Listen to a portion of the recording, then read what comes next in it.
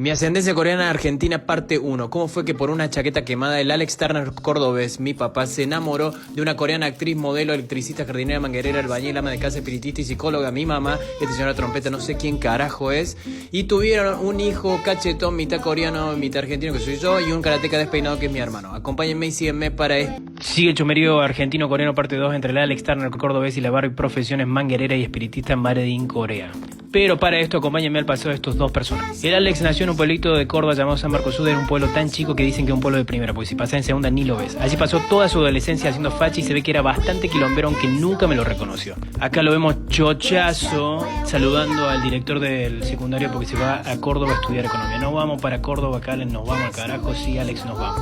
Mi mamá con 9 años tuvo que dejar su país natal junto a su familia 3 meses en barco para instalarse en Asunción, Paraguay y pasar toda su adolescencia. No quería estudiar nada, era la oveja negra de la familia, pero quería escaparse de la familia porque, así como lo ven a mi abuelo, era bastante estricto. Los hermanos de mi mamá se vienen a Córdoba para estudiar la única carrera universitaria que estaba permitida en mi familia, que era medicina.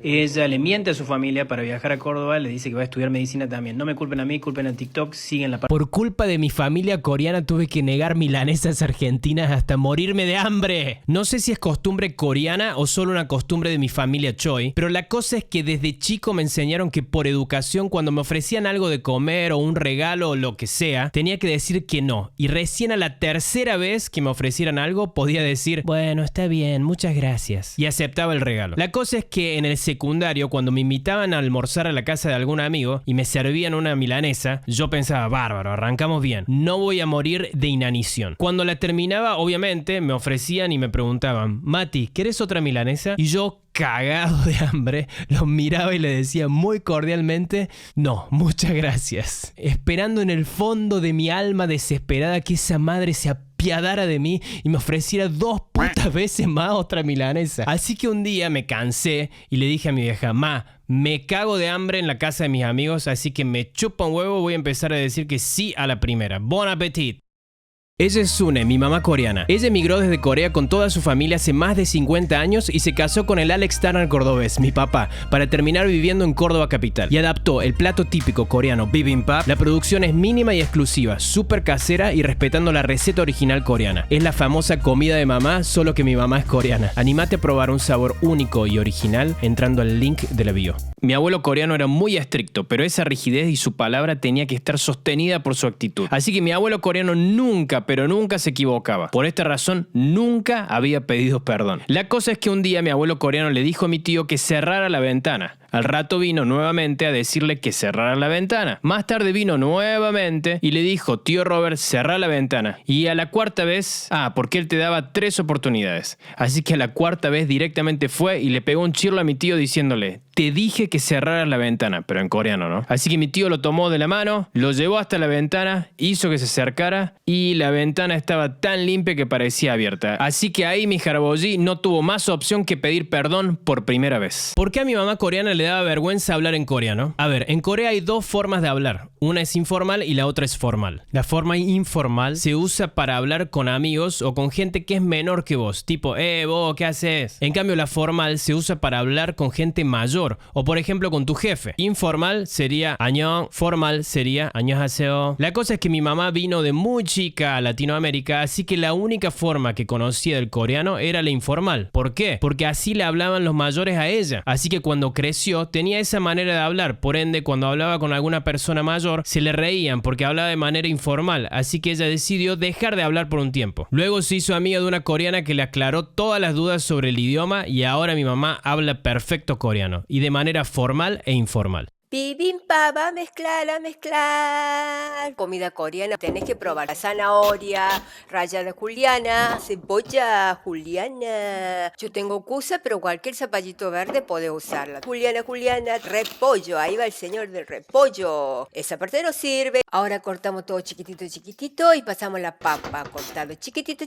Sartén, va al fuego, aceite, salteamos las cebollas, sal, pimienta, azúcar, son los únicos condimentos.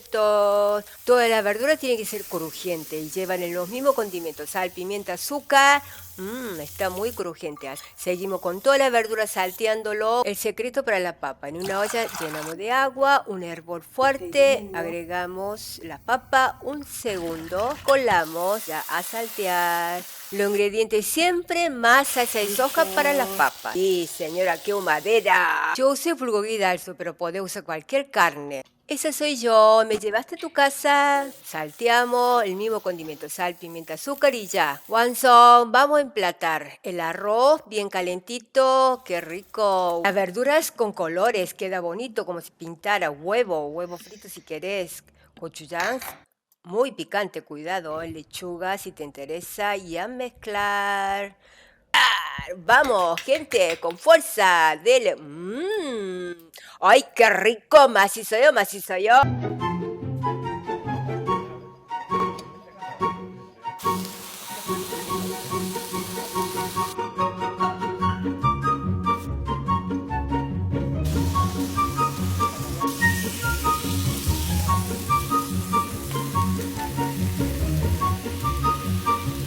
El Alex Turner cordobés y la Barbie profesiones coreanas no podían tener contacto en la casa de mi abuelo, ya que tenían que simular que no se conocían, y menos que tenían una relación de novios en secreto desde hace ya 2 años. Eso infartaría a mi jaraboyi. En el afán de que mi papá hiciera buena letra, mi madre le tiraba algunos tips, pero en secreto, como esa vez que mi madre estaba trapeando el piso y lo vio al Alex Turner con las manos en los bolsillos. Y en Corea se considera a las personas que usan sus manos en los bolsillos como vagos, ¿sí? Así es, así que en Corea nunca uses tus manos en los bolsillos. Así que mi madre, sigilosamente mientras trapeaba, se acercaba a mi padre para decirle susurrando y sin que mi abuelo se diera cuenta: Alex Turner cordobés, sácate la mano de tus bolsillos. A lo que mi padre se acercaba porque no escuchaba bien lo que le decía, así que mi madre desesperada le susurraba más fuerte: sácate la mano de los bolsillos y no te acerques más porque mi viejo nos va a matar. Esa tarde mi abuelo coreano comía ají untado con gochujang, que es una pasta picante coreana hecha también a base de ají, o sea, muy picante. Como yo veía a mi abuelo comer ají picante con tanto placer, porque ustedes no saben la cara que ponía mi abuelo, un día me decidí y le dije: abuelo, por favor, déjame probar, tengo que probar el ají como lo comes vos. Yo tenía, no sé, unos 5 años. Cuando probé la punta del ají, pensé y dije: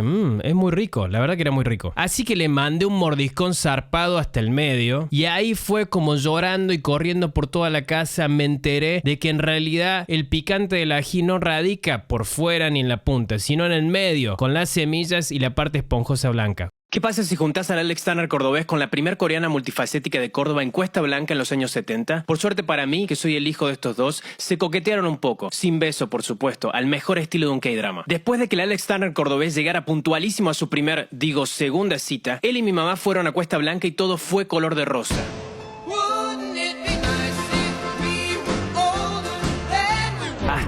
Hasta que mis abuelos que estaban viviendo en Asunción del Paraguay reciben una llamada anónima. Y no tan anónima, pero después develaremos este misterio. Pero antes de contarte lo que decían en esa llamada anónima, te recuerdo que el pacto que tenía mi madre con mis abuelos era que ellos la apoyaban en su estadía en Argentina, pero solo bajo una condición. Ella tenía que estudiar medicina, carrera la cual nunca empezó. Ahora sí, la llamada fue esta. Buenos días, señor Choi. Lo llamo para contarle que su hija menor, la famosa Barbie Profesiones, no está estudiando medicina. Ella mintió. Es más, no está estudiando nada.